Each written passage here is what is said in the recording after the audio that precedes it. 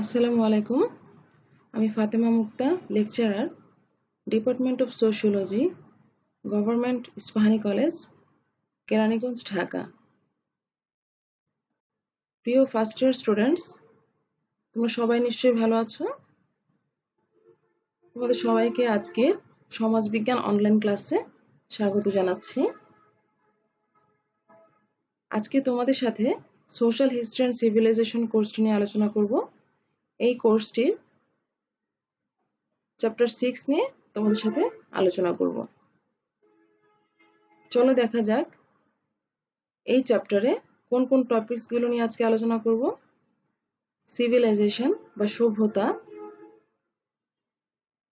Greek civilization বা Greek সভ্যতা,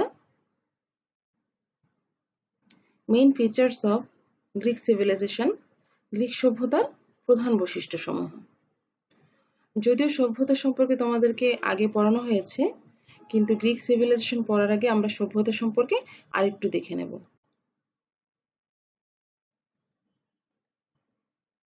প্রিয় শিক্ষার্থীরা, তোমরা এখানে উইকিপিডিয়ার একটি সংজ্ঞা দেখতে পাচ্ছ। এখানে বলা হয়েছে, a civilization is any complex society characterized by urban development, social stratification, a form of government and symbolic systems of communication such as writing. অর্থাৎ সভ্যতা হলো একটি জটিল সমাজ ব্যবস্থা যার কিছু বৈশিষ্ট্য থাকবে। বৈশিষ্ট্যগুলো হলো সামাজিক স্তরায়ন, সরকারের কিছু নিয়ম নীতি এবং শহরের একটি শহুরে বিকাশ। এই বৈশিষ্ট্যগুলো হলো একটি সভ্যতার বৈশিষ্ট্য হিসেবে বিবেচিত। আমরা আরেকটি সংজ্ঞায় চলে যাচ্ছি সভ্যতা সম্পর্কে।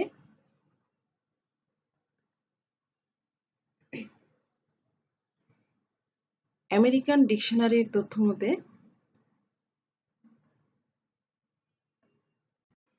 এখানে বলা হচ্ছে, সভ্যতা হলো একটি উন্নততর পরিবর্তন যেটি একটা নির্দিষ্ট সময়ব্যাপী একটি দেশের আইন কানুন, শিল্পকলা, সংস্কৃতি, সামাজিক বিভিন্ন প্রতিষ্ঠান, বিভিন্ন সংস্থা, এগুলোর হচ্ছে একটি অবস্থা থেকে আরেকটি অবস্থায় একটি হাইলি ডেভেলপড অর্থাৎ উন্নততর পরিবর্তনকে সভ্যতা বলা হয়। প্রিয় শিক্ষার্থীরা, চলো আমরা পরবর্তীতে এবার আমরা গ্রিক সভ্যতা নিয়ে আলোচনা করব। গ্রিক সভ্যতা, গ্রিক এবং গ্রিস এই শব্দ দুটি দুটো অর্থ বহন করে। যেমন মনে করো, গ্রিক বলতে এখানে বোঝাচ্ছে জাতি এবং গ্রিস হচ্ছে একটি দেশকে বোঝাচ্ছে। তো গ্রিসের যে ভৌগোলিক পরিবেশ এটা একটু অন্যরকম ছিল, অর্থাৎ গ্রিসের ভৌগোলিক পরিবেশটা ছিল কিছু পাহাড়ের সমন্বয়ে গঠিত, অর্থাৎ কিছু এবড়ো থেবড়ো পাহাড়, এগুলোর দ্বারা গ্রিসের যে অবস্থানটি ছিল, যার কারণে প্রাচীন এই গ্রিস নগরীটি কিছু ক্ষুদ্র ক্ষুদ্র অঞ্চলে বিভক্ত হয়ে যায়। এই বিভক্তির কারণে ক্ষুদ্র ক্ষুদ্র অঞ্চলগুলো আবার এক একটি নগর রাষ্ট্রে পরিণত হয়। এই ছোট ছোট কিছু ক্ষুদ্র ক্ষুদ্র যে দেশগুলো হয়, এই দেশগুলোর নাম হয় নগর রাষ্ট্র। বেশ কিছু নগর রাষ্ট্রের মধ্যে সবচেয়ে নেতৃস্থানীয় ছিল দুটো নগরী, সেটা হলো স্পার্টা এবং এথেন্স। স্পার্টার ক্ষেত্রে আমরা যেটা দেখতে পাই, স্পার্টা ছিল একটি সামরিক নগর রাষ্ট্র, অর্থাৎ স্পার্টার শাসন ব্যবস্থা ছিল স্বৈরাচারী, রাষ্ট্রনেতারা স্বৈরাচারী ছিল। অন্যদিকে আবার এথেন্সের যে রাষ্ট্র ব্যবস্থা সেটি ছিল গণতান্ত্রিক পদ্ধতিতে। এথেন্সে যে রাষ্ট্র পরিচালনা, এখানে আমরা দুটো জিনিস দেখতে পাই, সেটা হচ্ছে দুটো সংসদ ছিল রাষ্ট্র ব্যবস্থায়। দুটো সংসদের মধ্যে একটি গঠিত হতো গোত্রপ্রধানদেরকে নিয়ে এবং অন্যটি হতো যে সাধারণ নাগরিক তাদেরকে নিয়ে। এথেন্সে চূড়ান্তভাবে মূলত গণতন্ত্র প্রতিষ্ঠা হয়েছিল। দেবতা পেরিক্লিস অর্থাৎ রাজা পেরিক্লিস আমরা যেটাই বলি, তারা রাজাকেও দেবতা হিসেবেই সম্মান করত। প্রাচীন গ্রিস সম্পর্কে আমরা আরো কিছু তথ্য জেনে নিই। স্পার্টা এবং এথেন্স এই দুটো শহর একে অন্যের শত্রু ছিল, অর্থাৎ এদের মধ্যে সবসময় দ্বন্দ্ব সংঘাত লেগে থাকতো। স্পার্টা একসময় তার বন্ধু রাষ্ট্রগুলোকে নিয়ে একটি জোট গঠন করে, আবার এথেন্স তার বন্ধু রাষ্ট্রগুলোকে নিয়ে একটি জোট গঠন করে। এই দুটো জোটের মধ্যে একসময় যুদ্ধ বেঁধে যায়। যুদ্ধ বেঁধে যাওয়ার কারণে একটা সময় এথেন্স স্পার্টার অধীনে চলে আসে এবং এই যুদ্ধটিকে ইতিহাসে বলা হয় পেলোপনেসীয় যুদ্ধ নামে। 460 থেকে 404 খ্রিস্টপূর্বাব্দ পর্যন্ত মূলত 3 বার এথেন্সের সাথে স্পার্টার যুদ্ধ হয়। প্রিয় শিক্ষার্থীরা, তোমরা এখানে কিছু ছবি দেখতে পাচ্ছ যেগুলো গ্রিক সভ্যতার গুরুত্ব বহন করে এবং গ্রিক সভ্যতার নিদর্শনকে ফোকাস করে।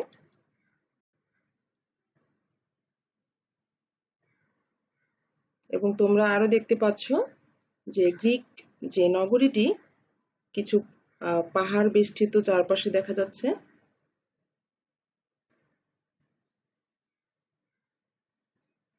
এখন আমরা উইকিপিডিয়ার তথ্য মতে প্রাচীন গ্রিস সম্পর্কে আরো কিছু জানব। এখানে বলা হয়েছে প্রাচীন গ্রিস হলো ইতিহাসের অন্তর্গত প্রাচীন সভ্যতা, যা প্রাচীন যুগ খ্রিস্টপূর্ব 8ম থেকে 6ষ্ঠ শতাব্দীতে শুরু হয় এবং ধ্রুপদী সভ্যতা আনুমানিক 600 খ্রিস্টাব্দ পর্যন্ত বিরাজ করেছিল। এখানে তোমরা দেখো সভ্যতাটি শুরু হয়েছে খ্রিস্টপূর্ব অর্থাৎ খ্রিস্ট জন্মের পূর্বে 8ম শতাব্দী থেকে 6ষ্ঠ শতাব্দীতে শুরু হয় এবং আনুমানিক বলা হচ্ছে খ্রিস্টের জন্মের পরবর্তী সময় 600 খ্রিস্টাব্দ পর্যন্ত এটি বিরাজ করেছিল। তো শেষের দিকে মূলত আমরা যেটাকে ধ্রুপদী সভ্যতা বলছি, এটি শুরু হয় মূলত খ্রিস্টপূর্ব 4র্থ শতাব্দী থেকে 5ম শতাব্দীতে সমৃদ্ধি লাভ করে। এই সময়ে দর্শন, শিল্পকলা, সাহিত্য, খেলাধুলা সব দিকে প্রাচীন গ্রিস অনেক বেশি উন্নতি লাভ করেছিল। এজন্য এই সময়কালটিকে বলা হচ্ছে ধ্রুপদী যুগ। এছাড়া আমরা আরো দেখতে পাই ধ্রুপদী গ্রিস যখন শুরু হয় তখন একজন এথেনীয় রাজা, যার নাম ছিল সোলন, তার নেতৃত্বে পারস্যদের উপদ্রব দমন করা হয়েছিল এবং পরবর্তীতে আলেকজান্ডারের বিজয়ের কারণে হেলেনিস্টিক সভ্যতা মধ্য এশিয়া থেকে ভূমধ্যসাগরের শেষ পশ্চিম পর্যন্ত সমৃদ্ধি লাভ করে। প্রিয় শিক্ষার্থীরা, এখন আমরা চলে যাচ্ছি গ্রিক সভ্যতার প্রধান যে বৈশিষ্ট্যসমূহ সেগুলো নিয়ে আলোচনায়। প্রথমেই রয়েছে ভৌগোলিক অবস্থান। ভৌগোলিক অবস্থানের ক্ষেত্রে আমরা যেটা একটু আগেও বলেছি যে প্রাচীন গ্রিসের ভৌগোলিক অবস্থান ছিল কিছু পাহাড় বেষ্টিত বা এবড়ো থেবড়ো পাহাড়ের সমন্বয়ে এবং এর আয়তন ছিল 45,000 বর্গমাইল। তো প্রাচীন গ্রিসে আমরা আরো যেটা দেখতে পাই, সেখানে আবাদযোগ্য ভূমি ছিল কম, বৃষ্টিপাত কম হতো এবং খনিজ সম্পদের অপ্রতুলতা ছিল, অর্থাৎ খনিজ সম্পদ কম ছিল। এরপর দেখা যাচ্ছে নগর সভ্যতা। প্রাচীন গ্রিসেই প্রথম নগর গড়ে ওঠে বলে আমরা জানি এবং গ্রিক নগর রাষ্ট্রগুলোর মধ্যে এথেন্স এবং স্পার্টাই ছিল সবচেয়ে বৃহত্তম নগর রাষ্ট্র এবং এই নগর রাষ্ট্রগুলো গঠিত হয়েছিল কিছু নিয়ম নীতির মাধ্যমে। যেমন নগর রাষ্ট্রগুলোতে যারা অভিজাত ছিল তারা মানে বড় বড় প্রাসাদ ব্যবহার করত এবং এই প্রাসাদগুলোর সামনে কিছু মন্দির ছিল। প্রাসাদগুলোর সামনে থাকতো মন্দির এবং তাদের বিভিন্ন ধরনের আলোচনা, তারপর মিটিং, বিভিন্ন ব্যবসা বাণিজ্য সংক্রান্ত বিভিন্ন সভা সমিতি, এগুলোর জন্য এগোরা নামে যে প্রাসাদের সামনে চতুষ্কোণ ফাঁকা চত্বর ছিল, যেগুলো এগোরা নামে পরিচিত ছিল। এরপর তোমরা দেখতে পাচ্ছ কৃষি ও পশুপালন নির্ভর অর্থনীতি। কৃষি ও পশুপালনের ক্ষেত্রে আমরা যেটা দেখতে পাই যে তারা কৃষি এবং পশুপালন নির্ভর ছিল এবং কৃষি ও পশুপালনের ক্ষেত্রে কৃষির ক্ষেত্রে তারা আতর, জলপাই, মদ এগুলো উৎপাদন করতে পারত এবং পশুপালনের ক্ষেত্রে তারা অশ্ব, মেষ, ছাগল এগুলো পালন করত। এছাড়াও আমরা আরো কিছু দেখতে পাই যে তারা ধাতব মুদ্রা ব্যবহার করত এবং নিজেদের পোশাক নিজেরাই তৈরি করত।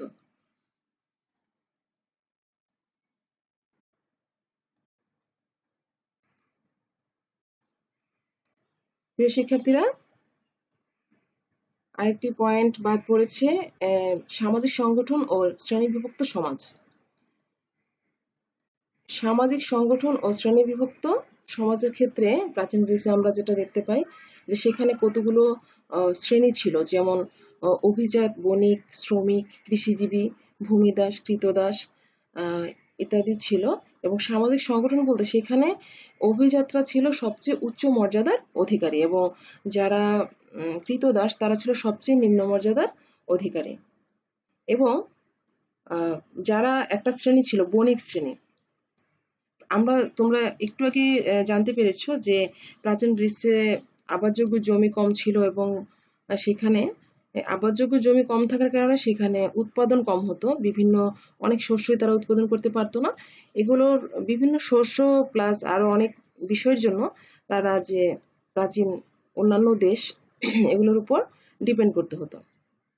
তো অন্যান্য দেশ থেকে যে এই পণ্যগুলো আমদানি করতে হতো, এটার জন্য যে শ্রেণীটা এই কাজটা করতো সেটা হচ্ছে বণিক শ্রেণী।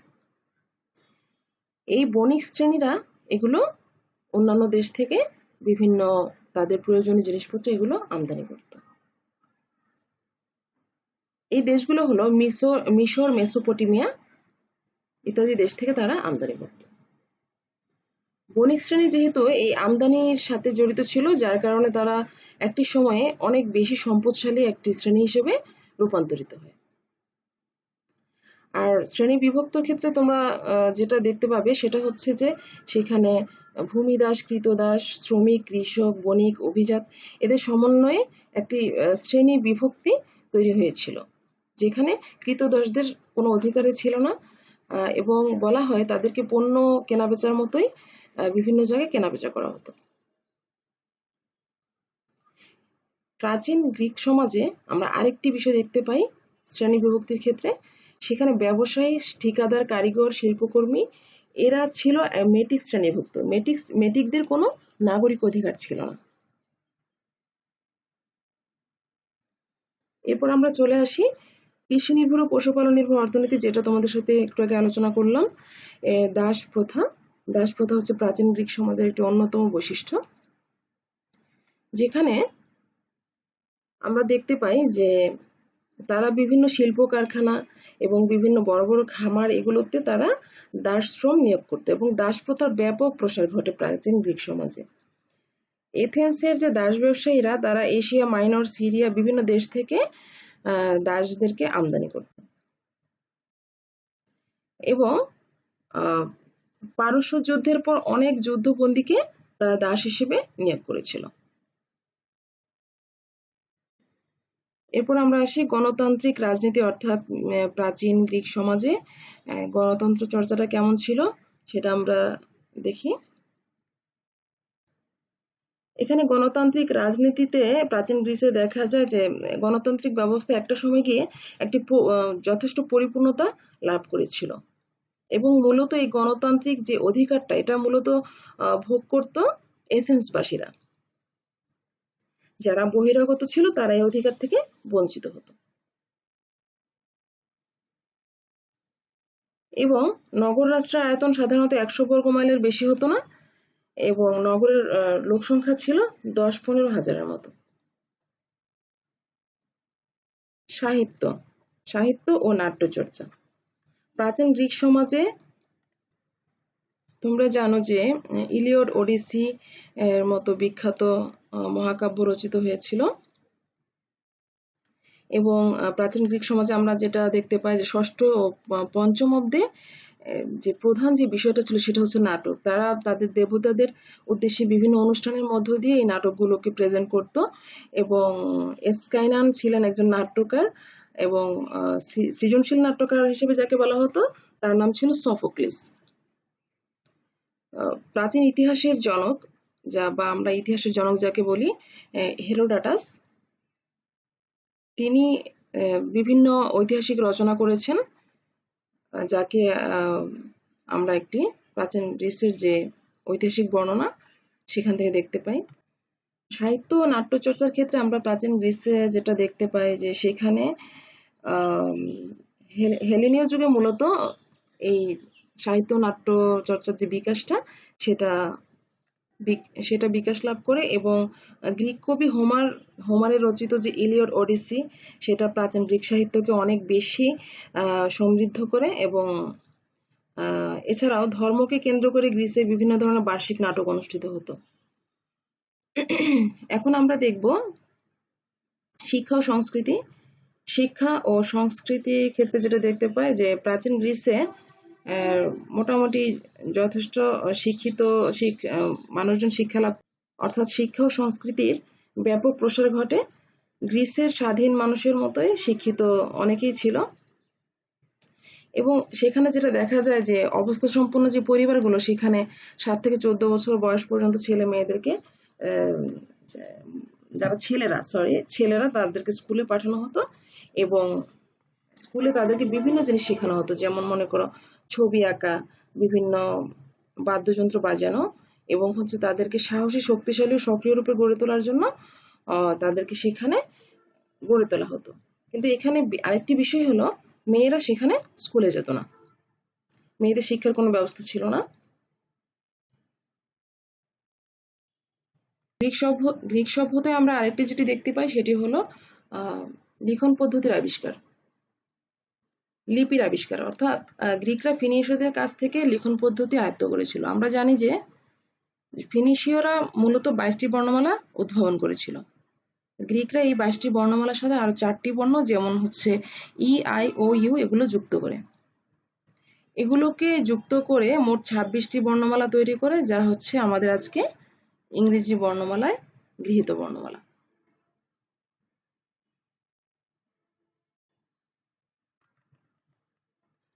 প্রিয় শিক্ষার্থীরা, তোমরা এখানে দেখতে পাচ্ছ দর্শন চর্চা। প্রাচীন গ্রিসে আমরা দর্শন চর্চার যথেষ্ট একটি বিকাশ দেখতে পাই, এবং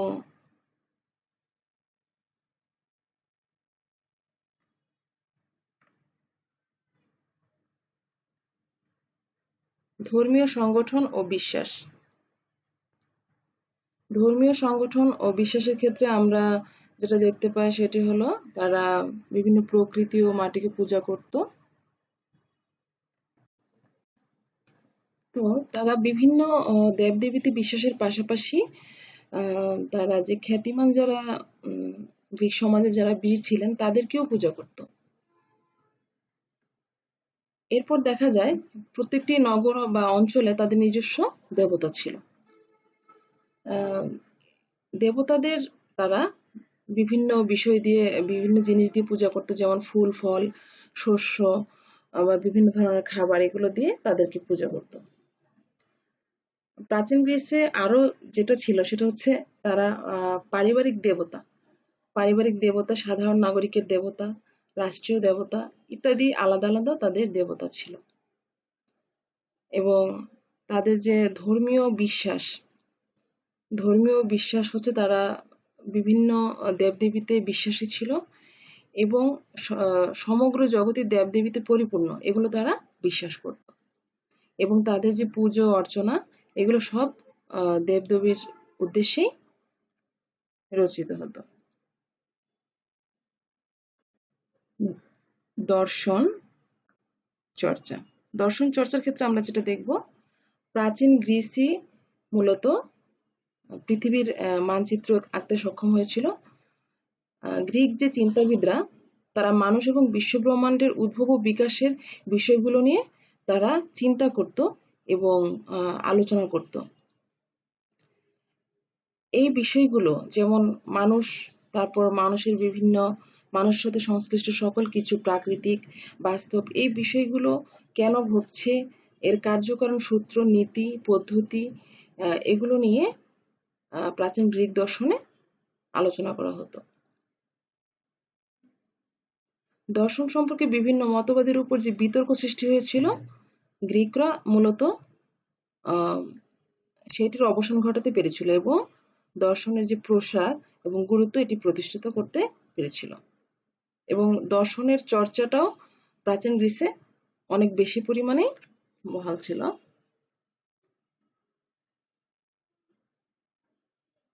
এবং প্রাচীন গ্রিসের দর্শন চর্চার যে মূল বিষয়টা ছিল, এটা হলো প্রাকৃতিক জগতের যে চরিত্র, এটিকে নিরূপণ করা। এরপর আমরা দেখতে পাচ্ছি বিজ্ঞান চর্চা। বিজ্ঞান চর্চা হচ্ছে প্রাচীন গ্রিকের আরেকটি বৈশিষ্ট্য। বিজ্ঞান চর্চার ক্ষেত্রে ডেমোক্রিটাস, হিরাক্লিটাস, হিপোক্রেটিস, পিথাগোরাস, লিওসিপাস এদের নাম বিশেষভাবে উল্লেখযোগ্য।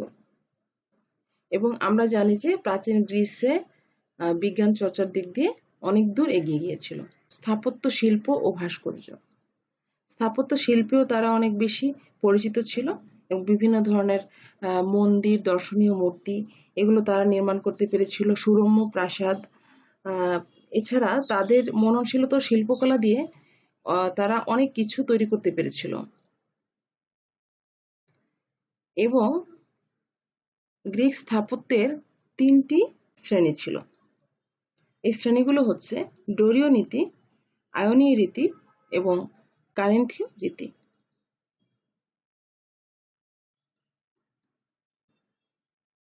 খেলাধুলার ক্ষেত্রে যেটা দেখতে পাই, প্রাচীন গ্রিসেই মূলত অলিম্পিক যে গেমস এটির উৎপত্তি হয়েছিল।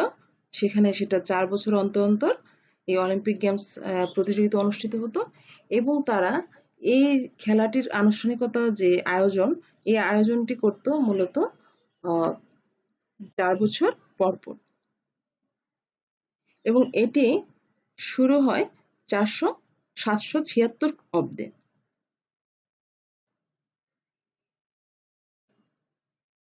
সেজন্য বলা হয় আধুনিক যে অলিম্পিক গেমস এটির যে উৎপত্তি এটি এসেছে প্রাচীন গ্রিস থেকে। প্রাচীন গ্রিসে আমরা আরো দুটো যে বিষয় দেখতে পাই, পিতৃতান্ত্রিক পরিবার এবং নারীর অমর্যাদা। প্রাচীন গ্রিসে মূলত পিতৃতান্ত্রিক পরিবার ছিল। তাদের পরিবারের যে নীতিটা সেটা পিতৃতান্ত্রিকভাবে পরিচালিত হতো এবং পরিবারের আয়তন ঠিক রাখতে সন্তান হত্যায় উৎসাহিত করা হতো। সেক্ষেত্রে তারা কন্যা সন্তানদের হত্যা করত। এবং যেহেতু কন্যা সন্তানদের হত্যা করত, সেক্ষেত্রে আমরা সর্বশেষ যে পয়েন্টটি তোমরা দেখতে পাচ্ছ, নারীর অমর্যাদা। নারীর অমর্যাদা সেখানে, অর্থাৎ নারীর মর্যাদা দেওয়া হতো না নারীকে, এবং বিয়েতে কন্যাপক্ষ যৌতুক প্রদান করতে বাধ্য ছিল এবং বিয়ের পরও নারীরা স্ত্রীর মর্যাদা পেত না এবং পুরুষদের জন্য উপপত্নী রাখা একটি স্বীকৃত বিষয় হিসেবে ছিল।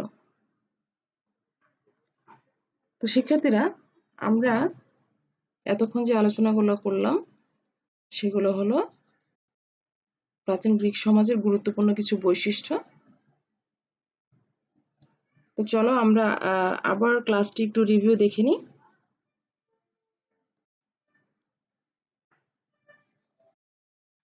আজকের ক্লাসে যা যা পড়ানো হয়েছে,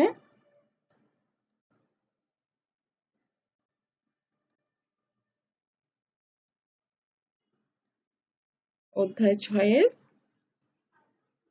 civilisation, Greek civilization, main features of Greek civilisation.